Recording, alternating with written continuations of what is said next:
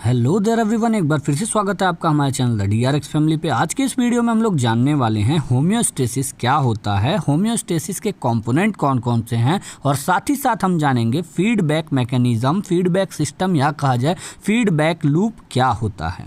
तो चलिए जल्दी से जान के वीडियो को ख़त्म करते हैं।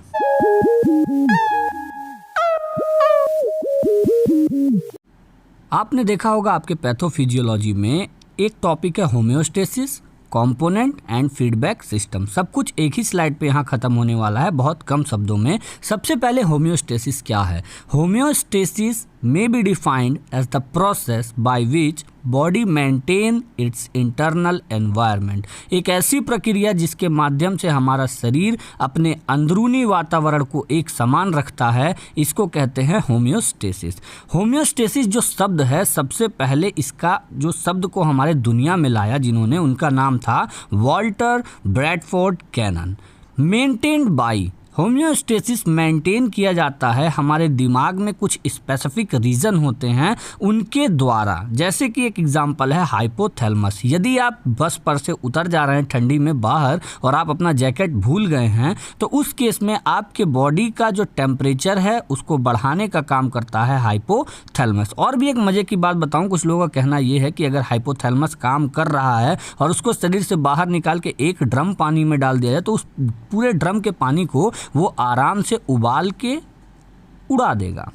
अभी एक बात समझिएगा कि इस होम्योस्टेसिस को मेंटेन करने के लिए कुछ चीज़ों की आवश्यकता पड़ती है, या ऐसा कह लीजिए फीडबैक सिस्टम की आवश्यकता पड़ती है। तो ये जो फीडबैक सिस्टम है ये दो तरह का होता है हमारे शरीर में। एक होता है पॉजिटिव फीडबैक मैकेनिज्म और दूसरा होता है नेगेटिव फीडबैक मैकेनिज्म। अभी ध्यान से समझिएगा, पॉजिटिव फीडबैक मैकेनिज्म को पॉजिटिव फीडबैक लूप के नाम से भी जानते हैं और नेगेटिव फीडबैक मैकेनिज्म को नेगेटिव फीडबैक लूप के नाम से भी जानते हैं। पॉजिटिव फीडबैक मैकेनिज्म क्या होता है, strengthen a change in controlled condition, example child birth mechanism. जब एक बच्चा पैदा होता है तो उस समय और ज़्यादा लेबर पेन इंड्यूस कराता है ताकि यूट्रस का वॉल और ज़्यादा डायलेट हो और आराम से बच्चा बाहर आ जाए, इसको कहते हैं positive feedback mechanism.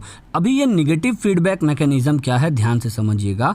Reverse a change in controlled condition, example blood pressure regulation. मतलब ये जो नेगेटिव फीडबैक मैकेनिज्म है ये हमारे शरीर में यदि कोई चीज़ बिगड़ गई है तो उसको वापस से उसके कंडीशन में लाने में मदद करता है। मतलब reverse a controlled condition. For example अगर आपका ब्लड प्रेशर या ऐसा कह लीजिए आपका हार्ट रेट बहुत ज़्यादा बढ़ जा रहा है तो उसको वापस से नॉर्मल लाने में नेगेटिव फीडबैक मैकेनिज्म का बहुत बड़ा हाथ होता है। तो वही लिखा है reverse a change in control condition, example blood pressure regulation. चलिए अभी हम लोगों ने बात किया था कि होम्योस्टेसिस को मेंटेन कैसे किया जाता है, ठीक है।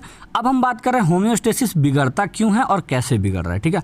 Disruption of homeostasis result from injury, malnutrition, invasion by pathogen. मतलब शरीर पे कहीं चोट आ जाए, शरीर के अंदर कहीं चोट आ जाए, यदि हम न्यूट्रिशन सही मात्रा में नहीं ले रहे हैं, या हमारे शरीर में कोई पैथोजेनिक बैक्टीरिया या कोई पैथोजन इन्वेड कर गया है, अंदर घुस गया है, तो इन सभी केसेस में होम्योस्टेसिस डिस्टर्ब हो जाता है। तो जनरली होता क्या है कि हमारा शरीर जो है इन चीज़ों की पहचान कर लेता है कि हाँ हमें चोट लगा है, हाँ हमारे शरीर में माल न्यूट्रिशन हो रहे हैं हम, या ऐसा कह लीजिए कि हमारे शरीर में कोई एक बैक्टीरिया घुसा है। और ऐसे में क्या होता है, जब एक बार पहचान कर लेता है शरीर तो उस प्रॉब्लम को सॉर्ट आउट करने की कोशिश करता है और काफ़ी हद तक उसको सॉर्ट आउट कर देता है। और एक बात ध्यान से समझ लीजिए कि यदि वो प्रॉब्लम सॉर्ट आउट नहीं हुआ तब पैदा होता है बीमारी, और उसी को हम पढ़ते हैं पैथोफिजियोलॉजी में।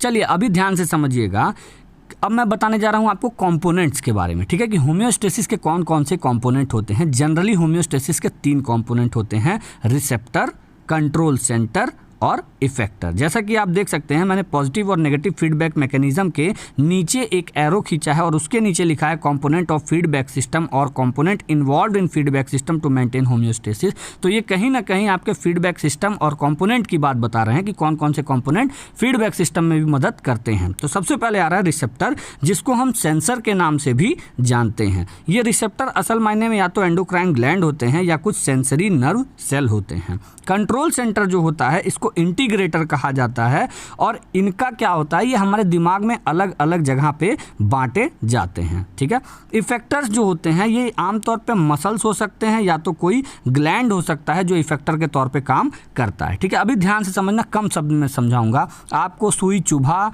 तो आपके नोसिसेप्टर ने वो तुरंत मैसेज भेजा आपके दिमाग के पास में, तो नोसिसेप्टर को एफेरेंट कहेंगे, दिमाग के पास गया, दिमाग ने डिसीजन लिया। अब वो डिसीजन लेने के बाद में दिमाग ने मोटर न्यूरॉन्स के मदद से एक मैसेज भेजा और मोटर न्यूरॉन न्यूरोमस्कुलर जंक्शन पे आके अपना मैसेज देते हैं, जिसकी वजह से मांसपेशियां उस जगह से हट जाती हैं। ये फिजियोलॉजी ऑफ मसल कॉन्ट्रैक्शन अगर आपने पढ़ा होगा तो आपको तुरंत में समझ में आ गया होगा। और इसी तरीके से जब हमें सुई चुभता है तो तुरंत हम अपना हाथ पीछे कर लेते हैं। तो ठीक है, यहाँ पे मैंने तीनों चीज़ों का नाम बताया, रिसेप्टर क्या थे, कंट्रोल सेंटर क्या था, इफेक्टर क्या था। ठीक है, अभी ध्यान से समझिएगा, यहाँ नीचे लिखा हुआ है a schematic diagram representing the way homeostasis component work. अभी ध्यान सुनिएगा, एग्जाम में जब आपको डायग्राम बनाने ना आए, भाई कलाकार नहीं हैं आप, तो आपको डिब्बे बनाना चाहिए। डिब्बों को कहा जाता है सीमेटिक डायग्राम, मतलब रेखांकित चित्र। ठीक है, तो अब कैसे काम कर रहे हैं ये सब आपस में मिलके, इनके बारे में बात होने जा रहा है। देखिएगा, एक एनवायरनमेंट है, उसमें कोई चेंज आया और उस चेंज को डिटेक्ट किया हमारे रिसेप्टर ने। रिसेप्टर क्या करेगा, उसके बाद केमिकल रिस्पांस पैदा कर सकता है या तो नर्व इम्पल्स पैदा करेगा और उसको भेजेगा हमारे कंट्रोल सेंटर के पास में।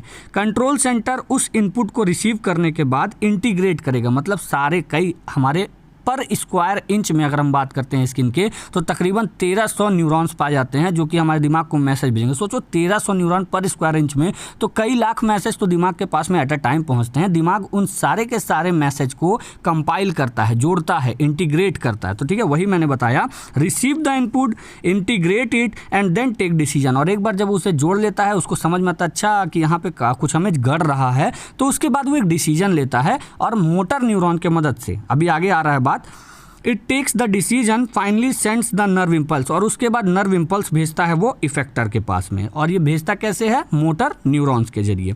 इफेक्टर क्या करता है, एक चेंज लेके आता है। Effector brings about a change, मतलब हमारा हाथ जो था, अगर मान लिया 90 डिग्री पे था और वहाँ पे हमने कांटी चुभा हमारे उंगली पे, तो अब इफेक्टर्स क्या करेंगे, जो हमारे मसल्स हैं वो हमारे हाथ को डायरेक्ट वहाँ से हटा देंगे और कोई और डिग्री का एंगल बना देंगे। मैथमेटिक्स कमज़ोर है मेरा। फिलहाल एक रिस्पॉन्स पैदा हुआ इससे। ठीक है, it altars the controlled condition, जो रिस्पॉन्स था उसने अल्टर कर दिया, बदल दिया, उसने फेर बदल किया कंट्रोल्ड कंडीशन में, जिसके वजह से होम्योस्टेसिस को मेंटेन किया गया और जो एनवायरनमेंट बिगड़ा था वो वापस से अपने जगह पे आ गया। अब फिर से अगेन व्हेन, जब फिर से चेंज होगा एनवायरनमेंट में, तो डिटेक्ट होगा वो एक रिसेप्टर के जरिए और सारी प्रक्रिया चलती रहेगी। यहाँ पे ध्यान से देखिएगा, लिखा है if this step fail disease occur, अगर होम्योस्टेसिस मेंटेन नहीं हो पाया तो डिसीज आना तय है, बीमारी शरीर में आना तय है। यदि आप ऐसे ही शॉर्ट फॉर्म में अपने सिलेबस को कवर करना चाहते हैं तो बात मानिए मेरा, 83 18 97 90 83 पे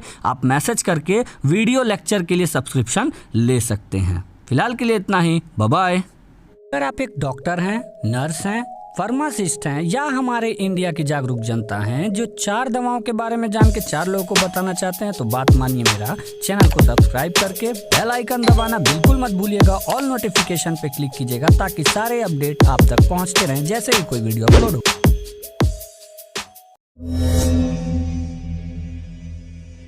हेलो देयर एवरीवन, एक बार फिर से स्वागत है आपका हमारे चैनल डीआरएक्स फैमिली पे। आज के इस वीडियो में हम लोग जानने वाले हैं होम्योस्टेसिस क्या होता है, होम्योस्टेसिस के कंपोनेंट कौन कौन से हैं, और साथ ही साथ हम जानेंगे फीडबैक मैकेनिज्म, फीडबैक सिस्टम या कहा जाए फीडबैक लूप क्या होता है। तो चलिए जल्दी से जान के वीडियो को खत्म करते हैं।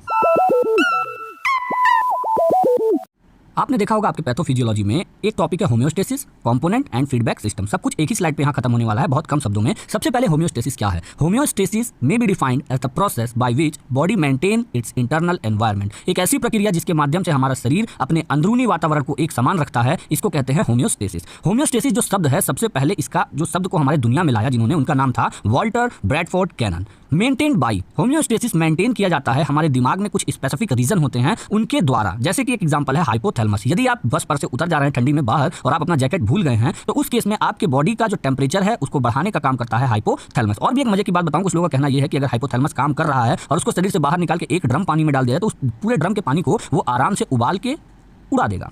अभी एक बात समझिएगा कि इस होम्योस्टेसिस को मेंटेन करने के लिए कुछ चीज़ों की आवश्यकता पड़ती है, या ऐसा कह लीजिए फीडबैक सिस्टम की आवश्यकता पड़ती है। तो ये जो फीडबैक सिस्टम है ये दो तरह का होता है हमारे शरीर में, एक होता है पॉजिटिव फीडबैक मैकेनिज्म और दूसरा होता है नेगेटिव फीडबैक मैकेनिज्म। अभी ध्यान से समझिएगा, पॉजिटिव फीडबैक मैकेनिज्म को पॉजिटिव फीडबैक लूप के नाम से भी जानते हैं और नेगेटिव फीडबैक मैकेनिज्म को नेगेटिव फीडबैक लूप के नाम से भी जानते हैं। पॉजिटिव फीडबैक मैकेनिज्म क्या होता है? Strengthen a change in controlled condition, example child birth mechanism. जब एक बच्चा पैदा होता है तो उस समय और ज्यादा लेबर पेन इंड्यूस कराता है ताकि यूट्रस का वॉल और ज्यादा डायलेट हो और आराम से बच्चा बाहर आ जाए, इसको कहते हैं पॉजिटिव फीडबैक मैकेनिज्म। अभी ये नेगेटिव फीडबैक मैकेनिज्म क्या है, ध्यान से समझिएगा। Reverse a change in controlled condition, example blood pressure regulation. मतलब ये जो नेगेटिव फीडबैक मैकेनिज्म है ये हमारे शरीर में यदि कोई चीज बिगड़ गई है तो उसको वापस से उसके कंडीशन में लाने में मदद करता है, मतलब reverse a controlled condition. For example अगर आपका ब्लड प्रेशर या ऐसा कह लीजिए आपका हार्ट रेट बहुत ज्यादा बढ़ जा रहा है तो उसको वापस से नॉर्मल लाने में नेगेटिव फीडबैक मैकेनिज्म का बहुत बड़ा हाथ होता है। तो वही लिखा है reverse a change in control condition, example blood pressure regulation. चलिए अभी हम लोगों ने बात किया था कि होम्योस्टेसिस को मेंटेन कैसे किया जाता है, ठीक है। अब हम बात कर रहे हैं होम्योस्टेसिस बिगड़ता क्यों है और कैसे बिगड़ रहा है, ठीक है। Disruption of homeostasis result from injury, malnutrition, invasion by pathogen, मतलब शरीर पे कहीं चोट आ जाए, शरीर के अंदर कहीं चोट आ जाए, यदि हम न्यूट्रिशन सही मात्रा में नहीं ले रहे हैं या हमारे शरीर में कोई पैथोजेनिक बैक्टीरिया या कोई पैथोजन इन्वेड कर गया है, अंदर घुस गया है, तो इन सभी केसेस में होम्योस्टेसिस डिस्टर्ब हो जाता है। तो जनरली होता क्या है कि हमारा शरीर जो है इन चीज़ों की पहचान कर लेता है कि हाँ हमें चोट लगा है, हाँ हमारे शरीर में मालन्यूट्रिशन हो रहे हैं हम, या ऐसा कह लीजिए कि हमारे शरीर में कोई एक बैक्टीरिया घुसा है। और ऐसे में क्या होता है, जब एक बार पहचान कर लेता है शरीर तो उस प्रॉब्लम को सॉर्ट आउट करने की कोशिश करता है और काफी हद तक उसको सॉर्ट आउट कर देता है। और एक बात ध्यान से समझ लीजिए कि यदि वो प्रॉब्लम सॉर्ट आउट नहीं हुआ तब पैदा होता है बीमारी, और उसी को हम पढ़ते हैं पैथोफिजियोलॉजी में।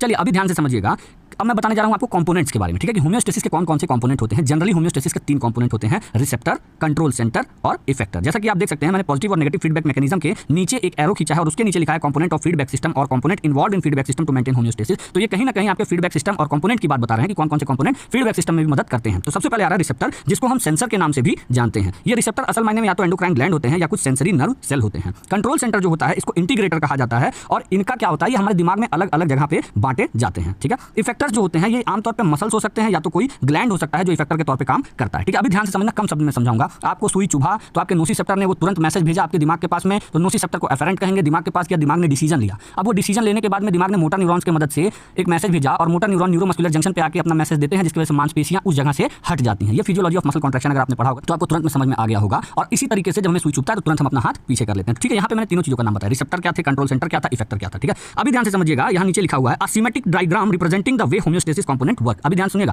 एग्जाम में जब आपको डायग्राम बनाने ना आए, भाई कलाकार नहीं है आप, तो आपको डिब्बे बनाना चाहिए। डिब्बों को कहा जाता है सिमेट्रिक डायग्राम, मतलब रेखांकित चित्र, ठीक है। तो आप कैसे काम कर रहे हैं ये सब आपस में मिलकर इनके बारे में बात होने जा रहा है। देखिएगा, एक एनवायरमेंट है, उसमें कोई चेंज आया और उस चेंज को डिटेक्ट किया हमारे रिसेप्टर ने।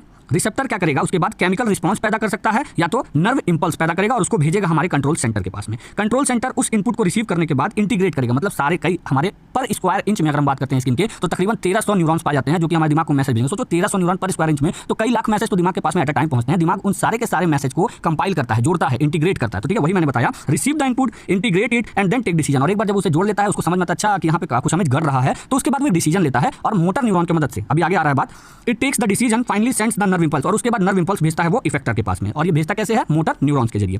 इफेक्टर क्या करता है, एक चेंज लेके आता है। Effector brings about a change, मतलब हमारा हाथ जो था अगर मान लीजिए 90 डिग्री पे था और वहाँ पे हमने कांटी चुभा हमारी उंगली पे, तो अब इफेक्टर्स क्या करेंगे, जो हमारे मसल्स हैं वो हमारे हाथ को डायरेक्ट वहाँ से हटा देंगे और कोई और डिग्री का एंगल बना देंगे। मैथमेटिक्स कमजोर है मेरा। फिलहाल एक रिस्पॉन्स पैदा हुआ इससे, ठीक है। It altars the controlled condition, जो रिस्पॉन्स था उसने अल्टर कर दिया, बदल दिया, उसने फिर बदल किया कंट्रोल्ड कंडीशन में, जिसके वजह से होम्योस्टेसिस को मेंटेन किया गया और जो एनवायरमेंट बिगड़ा था वो वापस से अपने जगह पे आ गया। अब फिर से अगेन व्हेन, जब फिर से चेंज होगा एनवायरमेंट में तो डिटेक्ट होगा वो एक रिसेप्टर के जरिए। और सारी if this step fail disease occur, अगर होम्योस्टेसिस मेंटेन नहीं हो पाया तो डिसीज आना तय है, बीमारी शरीर में आना तय है। यदि आप ऐसे ही शॉर्ट फॉर्म में अपने सिलेबस को कवर करना चाहते हैं तो बात मानिए मेरा 83 18 97 90 83 पे आप मैसेज करके वीडियो लेक्चर के लिए सब्सक्रिप्शन ले सकते हैं। फिलहाल के लिए इतना ही, बाय बाय।